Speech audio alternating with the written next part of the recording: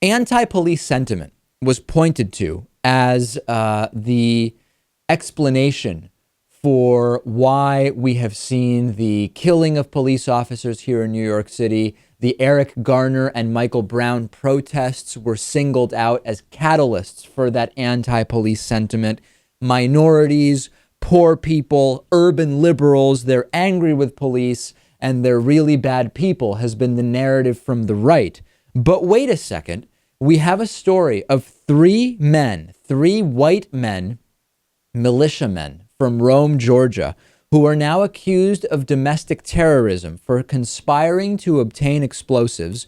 They are facing domestic terrorism charges because they were planning to use those weapons that they were acquiring against police and government agencies. The FBI learned that Terry Eugene Pierce, Brian Edward Cannon, and Corey Robert Williamson were discussing using guerrilla war tactics and wanted to launch attacks against Metro Atlanta police stations and government agencies back in 2014. This information was just made public. The determination that they will be charged with domestic terrorism was just announced. They were also trying to recruit others to carry out similar operations in their respective home states.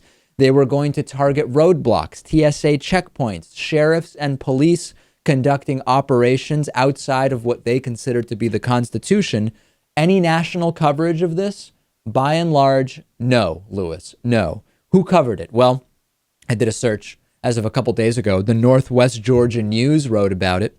SouthCoastToday.com, the Troy Record, the Penn Bay Pilot, the Belfast Telegraph. Not exactly making the headlines you know it would make if the characteristics were, instead of right-wing militiamen who happened to be white, if they were, Muslim whatevers that we always hear about. The coverage would be drastically different, and we would be hearing on all the right-wing networks, as we always do, that Muslims are the problem. Whereas here, three right-wing militiamen, right white men are never the problem, Lewis.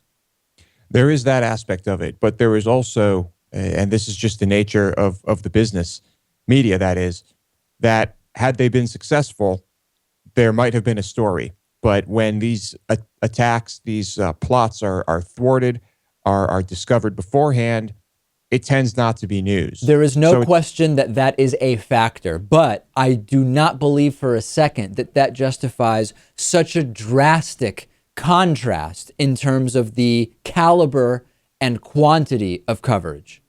I agree. There would be certainly more coverage if these guys had bad guy skin color, as what's her name on Fox News called it.